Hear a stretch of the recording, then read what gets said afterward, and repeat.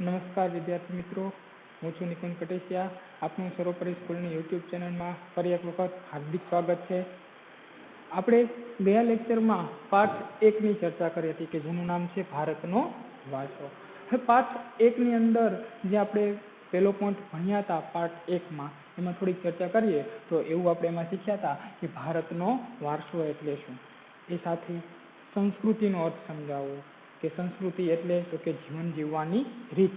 જ્યારે વારસો એટલે શું તો કે જ્યારે એક પેઢીમાંથી બીજી પેઢીમાં દરેક ગુણો કે દરેક વસ્તુઓનું શું થવું તો કે હસ્તાંતરણ થવું, એટલે કે એક પેઢીએ બીજી પેઢીને આપેલી એક અમૂલ્ય ભેટ કે જેને શું કહેતા હતા આપણે વારસો કહેતા હતા. તો હવે આપણે એનાથી આગળ જોઈએ કે છેલ્લે આપણે એવું પૂરું કર્યું હતું કે વારસો એટલે શું અને એના પ્રકારો, ત્યાં પૂરું કર્યું હતું. તો એના પ્રકારોમાં આપણે જોઈએ તો વારસો છે એના મુખ્ય બે પ્રકાર પાડવામાં આવે છે. કેટલા?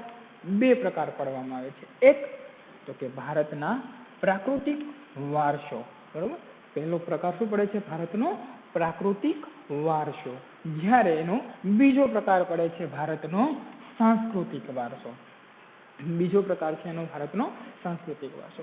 તો મિત્રો હવે આપણે આને વિગતવાર જોઈએ તો એમાં પહેલું આવે છે ભારતનો પ્રાકૃતિક વારસો. પ્રકૃતિ.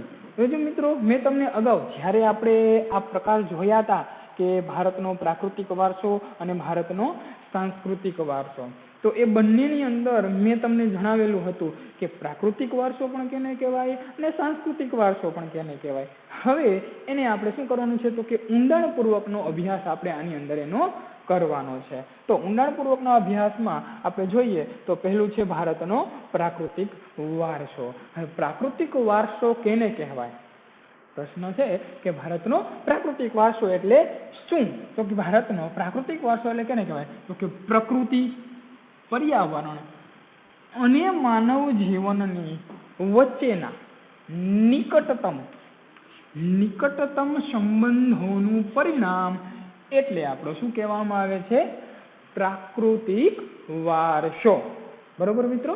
ફરી વખત એક વખત જોઈ લઈએ કે પ્રાકૃતિક વારસો કેને કહેવાય તો કે પ્રકૃતિ એટલે કે આપણી આજુબાજુ જે કાંઈ છે, આપણા વૃક્ષો વનરાજી છે એની વાત કરે છે. પર્યાવરણ એટલે કે વાતાવરણ અને આવરણની જે બધી વસ્તુ વાત છે એ પરીનું આવરણ, અને માનવ જીવન એટલે કે આપણું જે જીવન છે એના વચ્ચેનો એક એમ કહેવાય ને કે સુગમ એટલે કે સારો એવો નયન રમ્યો અથવા તો નિકટતમ સંબંધોનું પરિણામ એટલે આપણો કેવો વારસો કહેવામાં આવે છે?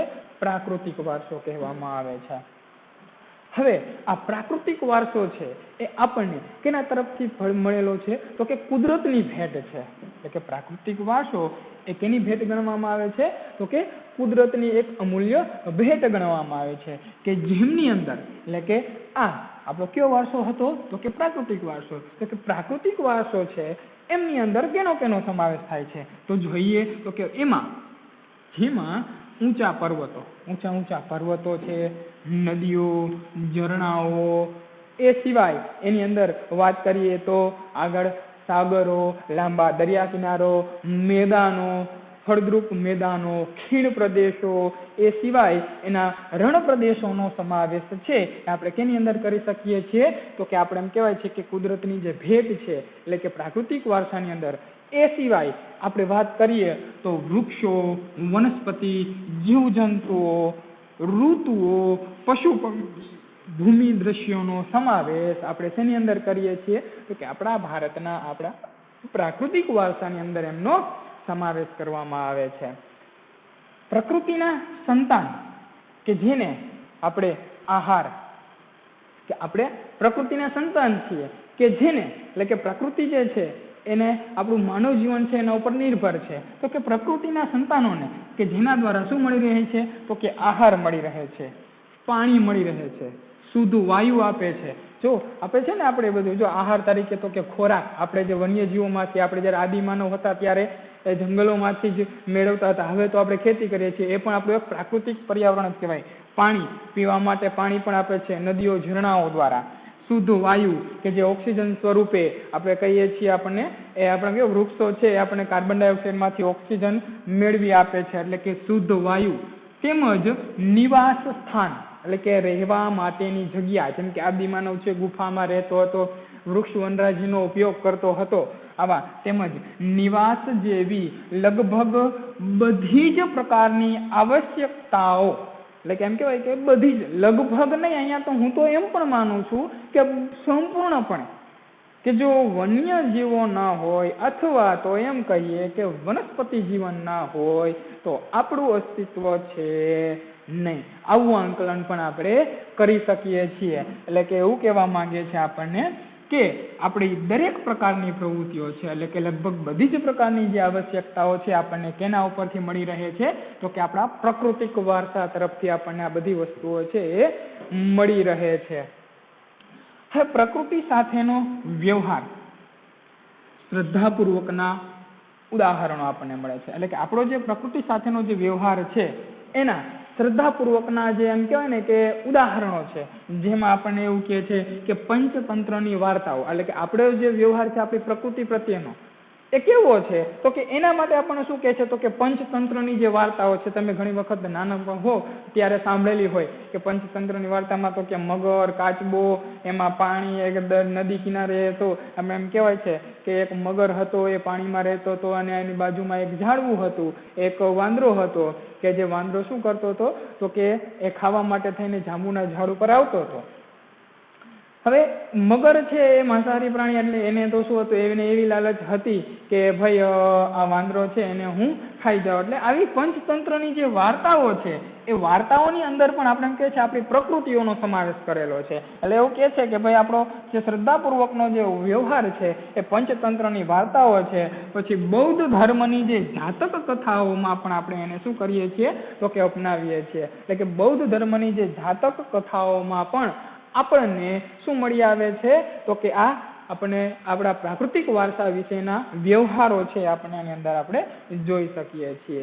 એ સિવાય આપણા લોકસંગીત અને શાસ્ત્રીય સંગીતમાં પણ ઋતુઓ અને પ્રકૃતિ સાથેનો સંબંધ છે આપણને જોવા મળે છે. ઋતુઓ અને પ્રકૃતિ સાથેનો સંબંધ આપણે એમ કહીએ છીએ ને કે આપણે એમ કીધું કે ભાઈ લોકસંગીતની અંદર તો કે આપણા લોકગીતો છે, જેમાં એમ કહીએ કે ભાઈ લીલી લેમડી રે કે છે ને, તો એમ કે લીલી લીમડી એટલે કે જે લીમડો છે એનો છોડવાની વાત કરવામાં આવી છે. એટલે કે આપણા જે લોકગીતો છે એની અંદર અને આપણું શાસ્ત્રીય સંગીત છે જે આપણે કહીએ સારેગામાપધનિસા, એની અંદર કે એવા જે શાસ્ત્રીય સંગીતો છે એમની અંદર આપણી ઋતુઓનું પણ વર્ણન કરવામાં આવેલું છે, સાથે સાથે પ્રકૃતિનું પણ વર્ણન કરવામાં આવેલું છે. જેમ કે ઋતુઓની વાત કરીએ તો હેમંત, શિશિર, ગ્રીષ્મ, કે ઋતુ પ્રમાણે વૃક્ષો છે પોતાનું એમ કહેવાય ને કે હાવભાવ બદલે છે, તો એવી બધી સાથે આપણી પ્રકૃતિ સાથેનો સંબંધ છે એ જોવા મળે છે. એની સાથે સાથે આપણે આપણા પ્રકૃતિ સાથે આપણા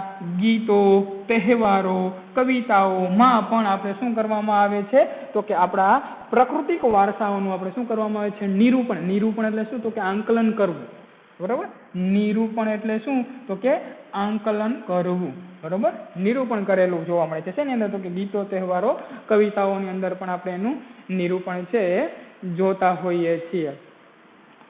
હવે નિસર્ગોપચાર એટલે કે નેચરોપથી સમજો વિદ્યાર્થીઓ. નિસર્ગોપચાર એટલે કે નેચરોપથી એટલે એનો મતલબ એવો કહેવા માંગે છે કે કોઈ વ્યક્તિ બીમાર હોય, નેચરોપથી એટલે કે કોઈ વ્યક્તિ બીમાર હોય તો એની સારવાર કેના થકી કરવી, તો કે પ્રકૃતિ તરફથી કરવી. એટલે એમ કહેવાય ને કે એને શાંત વાતાવરણ આપવું, એમ કહેવાય કોમળ ભર્યું હાવ, આપણે કે જંગલો વિસ્તાર, આપણે એમ કહીએ છીએ ગામડાઓની અંદર જ્યારે આપણે જઈએ ત્યારે આપણને એકદમ શાંત વાતાવરણ, શાંત અનુભૂતિ અનુભવ થાય છે. જેમ કે અત્યારે હાલના તબક્કે જઈએ તો કે દરેક વ્યક્તિઓ છે પોતે પોતાના ગામડે જઈને વસેલો છે આ COVID-19ના કારણે, તો એ જગ્યાએ શેનો અનુભવ કરી રહ્યો છે હાલના તબક્કે, તો કે નેચરોપથીનો. કોઈ પણ વસ્તુની ઘેલછા નહીં, કંઈ પણ શાંત વાતાવરણમાં આજીવન જીવવું, બસ એ જ વસ્તુ એટલે કે નેચરોપથીનો ઉપયોગ કરી અને વ્યક્તિઓ છે એને સારવાર આપવામાં આવે.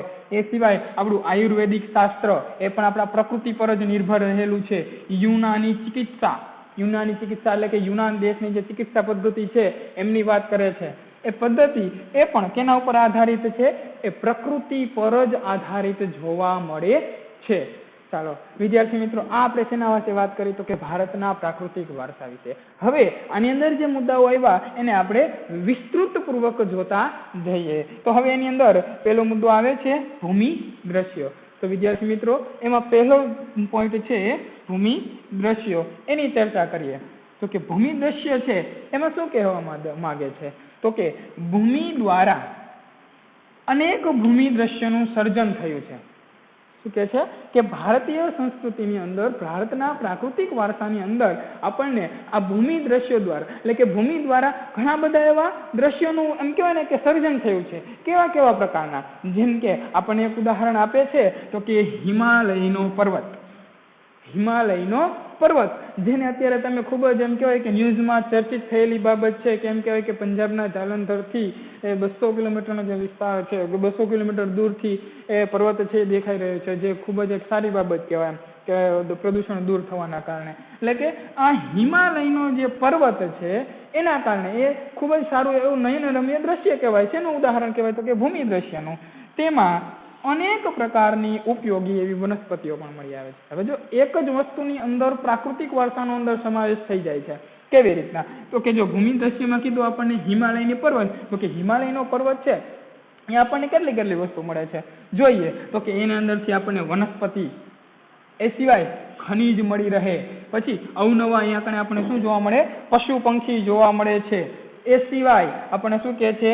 શિખર, મોટી નદીઓ, બારે માસ પાણીથી ભરપૂર સમુદ્રી, આપણે બારે માસ પાણીથી સમૃદ્ધ એવા પાણીઓ, નદીઓ પણ ત્યાંથી વહેતી રહે છે. જેમ કે આપણે કે હિમાલયની પર્વતમાળા ઉત્તરાખંડમાંથી જેમ કહેવાય કે ગંગા, પછી સપ્તસિંધુના નામથી ઓળખાતી સતલુજ નદી, આ દરેક નદીઓ આપણે એમ કહેવાય કે ભાઈ 7 નદીઓનો સંગમ લઈને સપ્તસિંધુ કહેવાય. તો આ જે મોટી નદીઓ છે આ દરેક બાબતો છે શેની સાથે સંકળાયેલી છે? તો કે ભૂમિ દ્રશ્યોથી સંકળાયેલી છે, કે ભૂમિ દ્વારા આવા અલગ અલગ દ્રશ્યો છે આપણને જોવા મળતા હોય છે.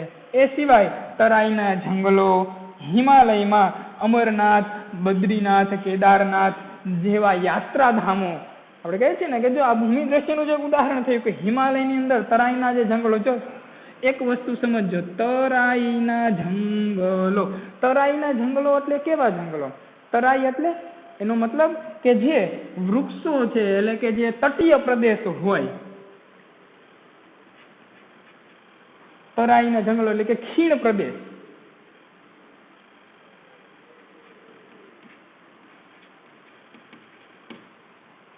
શું કહેવા માંગે છે? ખીણ પ્રદેશ જે હોય, તરાઈના જંગલો એટલે કેમ કહેવાય કે બે પર્વતો એમ કહેવાય કે એની બાજુમાં જે ખીણ પડતી હોય એવા તરાઈના જંગલો, કે જ્યાં આપણે શંકુ આકારના જે વૃક્ષો જોવા મળે છે તેમની અંદર. એમાં આમ આપણું હિમાલય છે, એ હિમાલયની અંદર આપણે કહે છે બાબા અમરનાથની ગુફા, પછી એથી આપણે ઉત્તરાખંડની અંદર બદ્રીનાથ, કેદારનાથ જેવા યાત્રાધામો પણ આવેલા છે.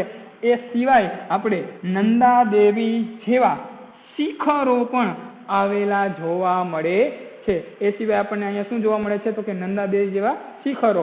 ભારત માટે આ હિમાલયનું શું કહેવામાં છે? ભારત માટે હિમાલયનો જે પર્વત છે એનું ખૂબ જ અગ્રીમ સ્થાન જોવા મળે છે. કેમ કે આપણા ભૂમિ દ્રશ્યની અંદર એ કેમ કહેવાય ને કે સાદામાં સાદું ઉદાહરણ આપણે એનું આપી શકીએ એમ છીએ. તો આ વાત કરીએ આપણે મિત્રો શેના માટેની? તો કે ભૂમિ દ્રશ્યોની. અને હવે એની આગળ બીજો મુદ્દો જોઈએ પ્રાકૃતિક વારસાની અંદર, તો કે નદીઓ.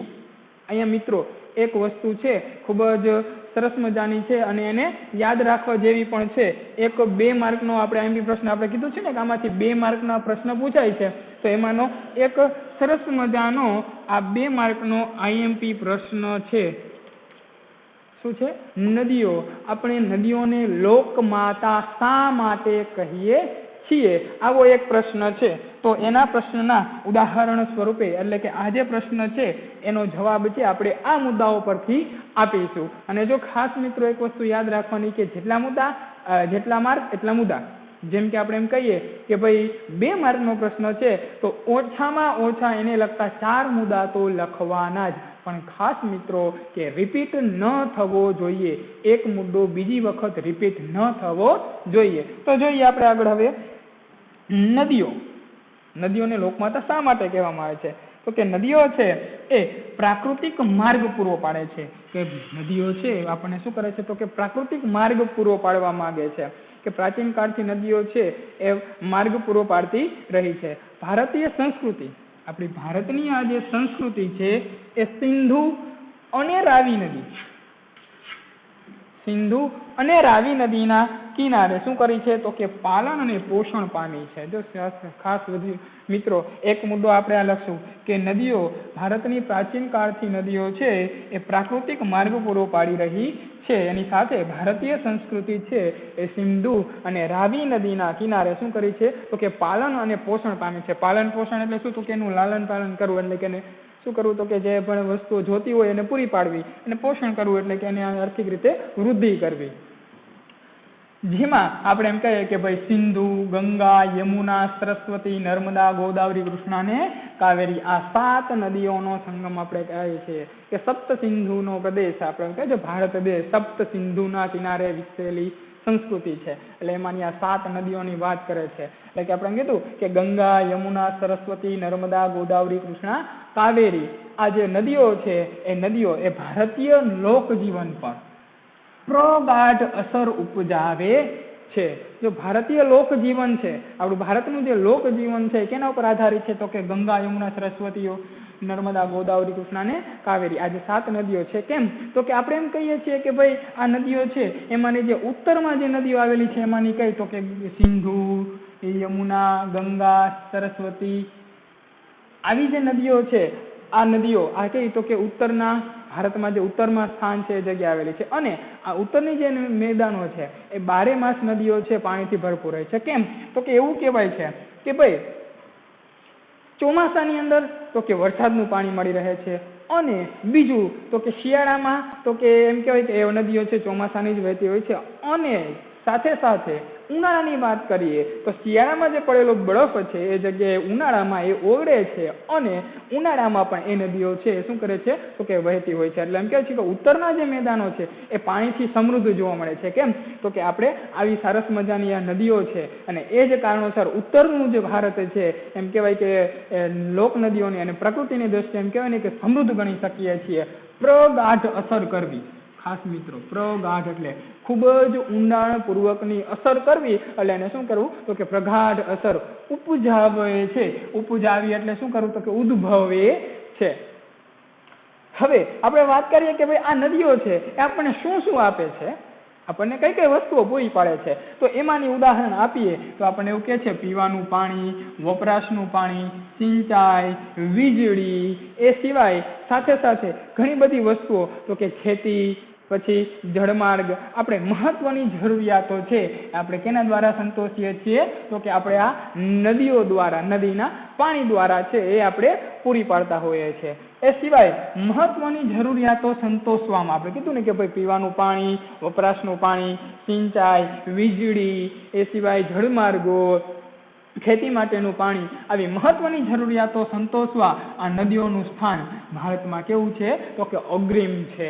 એ સિવાય આપણને આ નદીઓ છે માટીના વાસણો, મકાનો, લીપણ તથા ઉદ્યોગોના વિકાસ માટે પણ શું કરે છે? ઉદ્યોગોના વિકાસ માટે પણ આપણી આ નદીઓ છે એ ભારતની અંદર પોતાનું અગ્રીમ સ્થાન છે એ જમાવી રહી છે.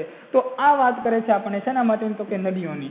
પછી પ્રાચીન કાળથી નદીના કિનારે ઉષા અને સંધ્યાના વિવિધ ભૂમિ દ્રશ્યો દ્વારા, પ્રાચીન કાળથી આપણા ભારત દેશની અંદર નદી કિનારે તમે શેના દ્રશ્યો જુઓ છો? ઉષા અને સંધ્યા. ચાલો એક શબ્દ તમે સમજેલા હો કે આ તમે સમજેલા હો સંધ્યા એટલે કે એમ કહેવાય કે સાંજનો સમય, સંધ્યા આરતી. ત્યારે ઉષા એટલે કેવો તો કે સવાર, મોર્નિંગ ટાઈમ,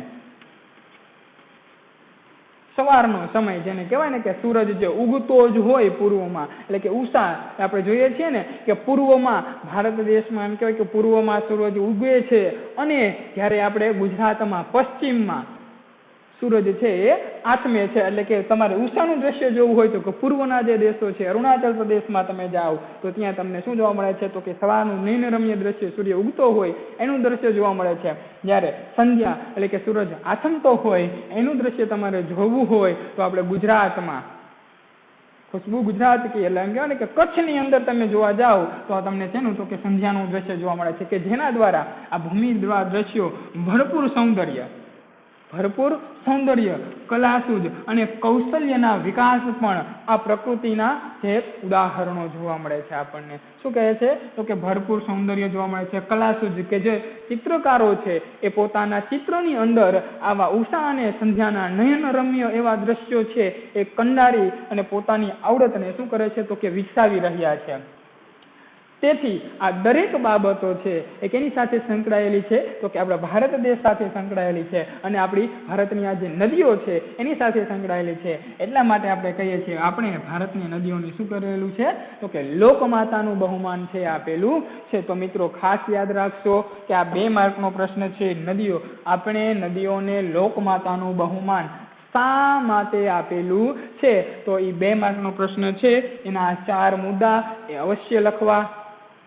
આગળ હવે વિસ્તૃત ચર્ચા કરતા આગળ વધીએ તો પ્રાકૃતિક વારસામાં ત્રીજો મુદ્દો છે વનસ્પતિ જીવન. ત્રીજો મુદ્દો છે વનસ્પતિ જીવન, કે આપણા ભારત દેશની અંદર આપણી વનસ્પતિ જીવન છે એ કેવી રીતના આધારિત છે? તો કે ભારતીય પ્રજા આદિકાળથી પર્યાવરણ પ્રેમી રહી છે. કેવી છે? તો કે વનસ્પતિ જીવન ઉપર આપણું જીવન છે નભતું હોય છે. કેમ કે આપણે એમ કહી શકીએ કે ભાઈ આદિમાનવ છે એ પોતાને રહેવા માટે તો કે શેના માટે? તો ગુફાનો ઉપયોગ કરતો હતો. એ સિવાય આપણે ખોરાક માટે થઈને પર્ણોનો ઉપયોગ કરતો હતો, પોતાના આમ કહેવાય કે કપડાને વીંટવા માટે થઈને પણ પર્ણોનો ઉપયોગ કરતો હતો, ખાવા માટે પણ પર્ણોનો ઉપયોગ કરતો હતો. એટલા માટે આદિકાળથી આપણે એમ કહીએ કે પર્યાવરણ પ્રેમી પણ રહ્યા છીએ. એની સાક્ષી કેના દ્વારા પૂરવામાં આવે છે? કે આપણે જે પર્યાવરણ પ્રેમી છીએ એની આપણે એમ કહેવાય ને કે ભાઈ કોઈ સાક્ષી તો હોય ને, તો એના સાક્ષી તરીકે આપણો વૃક્ષ પ્રેમ જોવા મળે છે, પુષ્પ પ્રેમ જોવા મળે છે અને છોડવાઓનો આદર પણ આપણને શું સૂચવે છે? તો કે આપણું વનસ્પતિ પ્રત્યેનું આપણું જે વૃક્ષ પ્રેમ છે એ આપણને સૂચવી રહ્યા છે. કેવી રીતના? તો કે એવું કહે છે કે માણસ, પ્રાણી, પશુ, પંખી ના આહાર માટે આપણે શેના ઉપર આધારિત છીએ? તો કે વનસ્પતિ ઉપર જ આધાર છે. આમ કહીએ તો જંગલોની અંદર શું હોય છે? તો કે વનસ્પતિ ઉપર આધારિત છે. ભારતમાં હવે જોઈએ કે આપણે કેમ વનસ્પતિ જીવન ઉપર આધારિત છીએ, આપણે કેમ વૃક્ષ પ્રેમી છીએ, એ કેના દ્વારા કહી શકાય? તો કે જો આ 2 વાક્યો ભારતમાં આપણે છે ને તો કે વડ, પીપળો, તુલસી વગેરેની આપણે શું કરીએ છીએ? પૂજા અને ધૂપ દીપ કરવામાં આવે છે.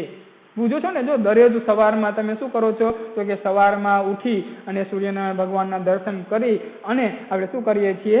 તો કે સૂરજને અર્ધ્ય આપીએ છીએ અને સાથે સાથે આપણે એમ કહેવાય છે કે તુલસીને પણ શું કરીએ છીએ? અર્ધ્ય આપીએ છીએ અને એનું પૂજન કરીએ છીએ, પવિત્ર ગણવામાં આવે છે. એ સિવાય આપણે વટ સાવિત્રીનું જે વ્રત આવે છે કે સ્ત્રીઓ શું કરે છે? વટ સાવિત્રીનું વ્રત રાખી અને પોતાના પતિદેવની શું કરે છે? લાંબા આયુષ્ય માટેની એક અર્ચના કરતી હોય છે. તો એમ કહેવાય કે વટ સાવિત્રીના વ્રતમાં આપણે શેની પૂજા કરીએ છીએ? તો કે વડની પૂજા કરીએ છીએ. પીપળો કે જે શેના માટે પીપળો? તો કે આપણે કે પૂર્વજો, આપણા જે પૂર્વજો છે એને આપણે શું કરીએ છીએ? પૂજા માટે થઈને આપણે એને યાદ કરતા હોય એ સમયે આપણે પીપળાને પાણી આપવા પણ જઈએ છીએ. તો કે આપણે કીધું કે વડ, પીપળો, તુલસી આ વગેરેનું આપણું ભારત દેશની અંદર પૂજન કરવામાં આવે છે, જે આપણને શું સૂચવે છે? તો કે વનસ્પતિ પ્રત્યેનો આપણો વૃક્ષ પ્રેમ સૂચવે છે.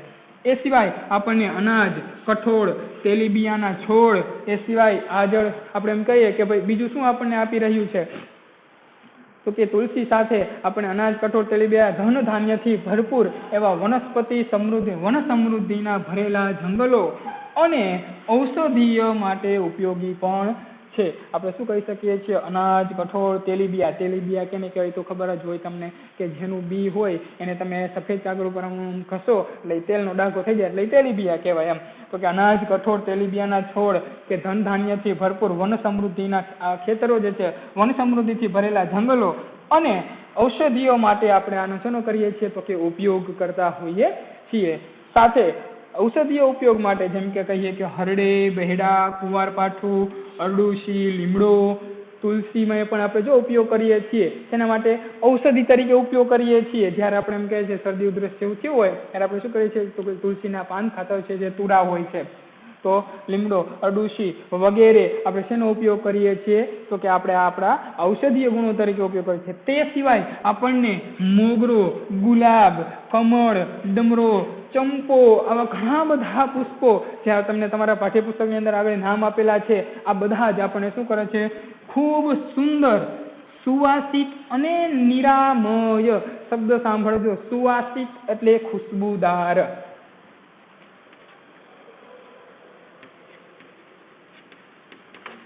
શું કે છે? ખુશ્બુદાર. અને એ સિવાય નિરામય એટલે નિરોગી અથવા તો રોગ વગરનું. શું કહી શકાય? રોગ વગરનું અથવા તો તંદુરસ્ત. અને સમૃદ્ધ બનાવ્યું છે. શું કહેવા માંગે છે? તો કે આપણા જે હરડે બેહડા આ ઔષધિઓ છે, સાથે આપણા પુષ્પો છે, જેમ કે કીધું કે કમળ, ડમરો, ચંપુ, આ બધા પુષ્પો છે, આપણને શું કરે છે? ખૂબ જ સુંદર એવું વાતાવરણ પૂરું પાડે છે. સુવાસિત એટલે કે ખુશ્બુદાર અને નિરામય એટલે કે નિરોગી આપણને એવા સૌંદર્ય સમૃદ્ધ બનાવેલું છે. તો આ વાત કરીએ આપણે વનસ્પતિ જીવનની, તો કે જે આપણા પ્રાકૃતિક વારસાની અંદર જેનો સમાવેશ કરવામાં આવે છે. હવે ચોથો મુદ્દો કે જે એમ કહેવાય કે છેલ્લો મુદ્દો છે, શેના માટેનો? તો કે પ્રાકૃતિક વારસા માટેનો આપણો છેલ્લો મુદ્દો જોઈ લઈએ. તો કે વન્ય જીવન. ભારત દેશ પ્રકૃતિ પ્રેમીની સાથે સાથે, સાંભળજો, કે ભારત દેશ પ્રકૃતિ પ્રેમીની સાથે સાથે આપણે કેવા રહ્યા છીએ? પ્રાણી પ્રેમી પણ રહ્યા છીએ. આપણે પ્રાણીઓને પણ આપણે આદર, માન, સન્માન આપીએ છીએ. જેમ કે શું કહેવા માંગે છે? કે વાઘ, સિંહ, હાથી, દીપડા, ચિત્તો, ઘો જોઈ છે ને, ચંદન ઘો જેને આપણે કહીએ છીએ, એ આ ઘો. પછી સાહુડી, જેની પાછળ કાંટા હોય તે સાહુડી. પછી ગેંડો. આ જંગલી પ્રાણીઓ, તમે બધા જ જંગલી પ્રાણીઓને તમે આની અંદર સમાવેશ કરી શકો છો. એ સિવાય આ બધા જ આપણે ઉદાહરણ કહીએ તો કે શેમાં જોવા મળે છે? તો કે વનસ્પતિ પ્રેમીની અંદર, જેના ઉપર આપણે માન સન્માન આપીએ છીએ. વિશ્વમાં એશિયાઈ સિંહ માત્ર ક્યાં જોવા મળે છે? ખાસ એક માર્ક માટેનો પ્રશ્ન તો આમ તો જો કે આ યાદ જ રહી જાય એવો છે કે એશિયાઈ સિંહ માત્ર ક્યાં જોવા મળે છે? ગુજરાતમાં. આમ જોવા જઈએ તો વિશ્વમાં સિંહ માત્ર 2 જ જગ્યાએ. એક તો કે સાઉથ આફ્રિકાના જંગલોમાં, અને બીજા તો કે આપણા ગુજરાતના ગીરના જંગલોમાં, સાસણગીર જેને કહેવામાં આવે છે. એટલે કે એશિયાની અંદર, આપણો જે ભારત છે એશિયાની અંદર આવે છે. એટલે એશિયાઈ સિંહ છે એ માત્ર આપણા ક્યાં? તો કે ગુજરાતમાં જોવા મળે છે. એ સાથે સાથે આપણી ધાર્મિક માન્યતાઓ, આપણી જે માન્યતાઓ છે, આપણી એ માન્યતાઓની અંદર આપણે શું કરેલું છે? તો કે માન્યતામાં આપણે વાઘ, મોર, મગર, ગરુડ ને દેવીઓના શેના તરીકે? વાહન તરીકે પણ આપણે એને શું કરેલા છે? તો કે સ્વીકારેલા જોવા મળે છે. કે આપણા ભારત દેશની અંદર આપણે જોઈએ છીએ, જેમ કે આપણે એમ કહીએ કે ભાઈ વાઘ ક્યાં દેવીનું? તો કે મને નથી ખબર. ચાલો, મોર તો કે કાર્તિકેય, મગર તો કે ખોડિયારમાં, ગરુડ પછી ને આપણે શેના તરીકે? તો કે દેવીઓના વાહન તરીકે આપણે એને સ્વીકારેલા છે. તો આ બધી વાત કરી આપણે શેના માટેની? તો કે ભારતના વન્યજીવો માટેની. એ સિવાય આપણી રાષ્ટ્ર મુદ્રામાં પણ, જો આપણી જે ભારતની રાષ્ટ્રીય મુદ્રા છે એની અંદર આપણે શેનો સિંહ સમાવેશ કરેલો છે? તો કે 4 સિંહોની આકૃતિ વાળો, જેમાંના 3 સિંહ દેખાય છે, ચોથો સિંહ છે એ પાછળની બાજુ, એમ કે 4 એંગલ જોઈ શકાય નહીં, પરંતુ આપણી જે મુદ્રા છે એની અંદર 4 સિંહોની આકૃતિ, એની નીચે જે ફરતી બાજુ એનું જે ગોળ રાઉન્ડ છે એની અંદર સારનાથ, એમાં જે સ્તંભ છે એની અંદર આપણે શું જોવા મળે છે? તો કે એવું પણ કહી શકાય કે એની અંદર બળદ, સિંહ, હાથી એના ચિત્રો પણ એની અંદર જોવા મળે છે. તો આપણે આ શું કહી શકીએ છીએ? તો કે આપણે વન્યજીવોને પણ આપણે આપણા પ્રાકૃતિક વારસાની અંદર સમાવેશ કરેલો છે અને આપણે એની પૂજા અર્ચના કરતા હોઈએ છીએ. તો મિત્રો, આપણે આ વાત કરી શેના માટેના? આપણા ભારતના પ્રાકૃતિક વારસા વિશેની, અને એમાંના આપણે 4 મુદ્દાઓ શીખ્યા. પહેલો મુદ્દો તો કે ભારતના પ્રાકૃતિક વારસામાં ભૂમિ દ્રશ્યો. બીજો મુદ્દો તો કે આપણા નદીઓ. ત્રીજો મુદ્દો તો કે વનસ્પતિ જીવન. અને ચોથો મુદ્દો છે તો કે એ છે વન્ય જીવન. ચાલો મિત્રો, આજે આપણે અહીંયા સુધી રાખીએ ભારતનો પ્રાકૃતિક વારસો. હવે નેક્સ્ટ લેક્ચરમાં આપણે જોઈશું ભારતનો સાંસ્કૃતિક વારસો. અસ્તુ.